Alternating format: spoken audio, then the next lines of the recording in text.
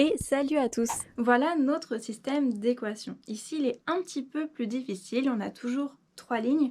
Cependant, la première ligne ne nous aide pas à déterminer une inconnue. Les trois inconnues sont bien réparties en fait sur les trois lignes et donc il va falloir jouer avec toutes les lignes. Donc là, ou bien vous y allez petit à petit et vous testez. Les nombres sont plutôt petits donc vous pouvez très bien trouver le résultat en testant. Cependant, vous allez certainement perdre un petit peu plus de temps que si vous écrivez un système d'équations. Donc c'est parti, on va directement s'en occuper de manière mathématique, mais n'hésite pas à nous dire en commentaire quelle méthode tu auras utilisée et combien de temps ça t'aura pris. Je vais poser x comme étant la valeur du sac, y comme étant la valeur du ciseau et z comme étant la valeur du crayon.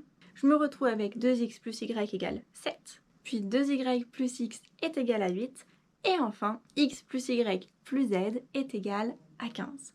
Pour que tout le monde comprenne, on va le faire avec la méthode que l'on appelle par substitution. Quand on substitue quelque chose, en général, c'est qu'on remplace cette chose par autre chose. Ça veut dire que l'on va écrire une lettre en fonction des autres, et on va remplacer du coup cette lettre par l'expression que l'on a trouvée dans les autres lignes. Cela nous permettra petit à petit de n'avoir que des équations du premier degré que vous savez résoudre normalement dès la quatrième.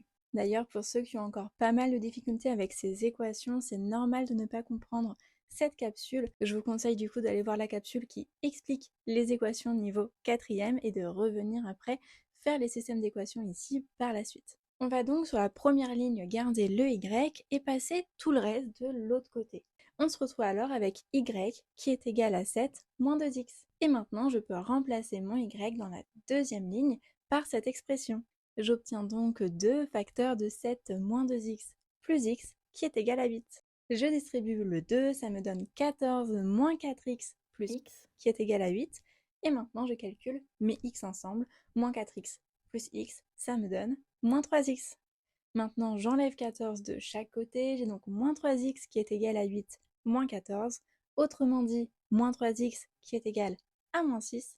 Et donc x est égal à moins 6 divisé par moins 3 qui me donne 2. Mon x égale 2, cela me permet de déterminer le y qui est égal à 7 moins 2x. C'est donc égal à 7 moins 2 fois 2.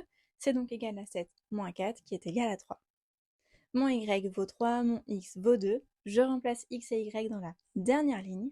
3 plus 2 me donne 5 et j'ai donc z qui est égal à 15 moins 5, autrement dit à 10. Et voilà, on a résolu ce système d'équations et on a trouvé du coup la valeur d'un crayon qui vaut 10.